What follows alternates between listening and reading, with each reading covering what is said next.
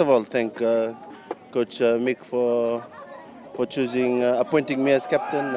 I never saw it coming, but it is what it is, and I'm up for the challenge.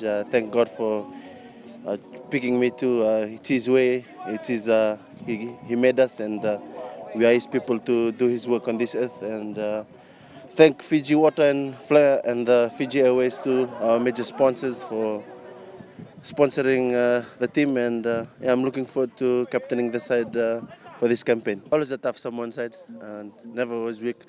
It's great to be leading a group of a lot of people saying young, but it's fantastic that we are. Everyone's pointed towards the same goal, and a lot of leaders in the group. True, we're young, but there's a lot of leaders, and that makes my work easier on the field and off the field, because everybody takes care of themselves and are looking forward and all vying to get that win tomorrow night.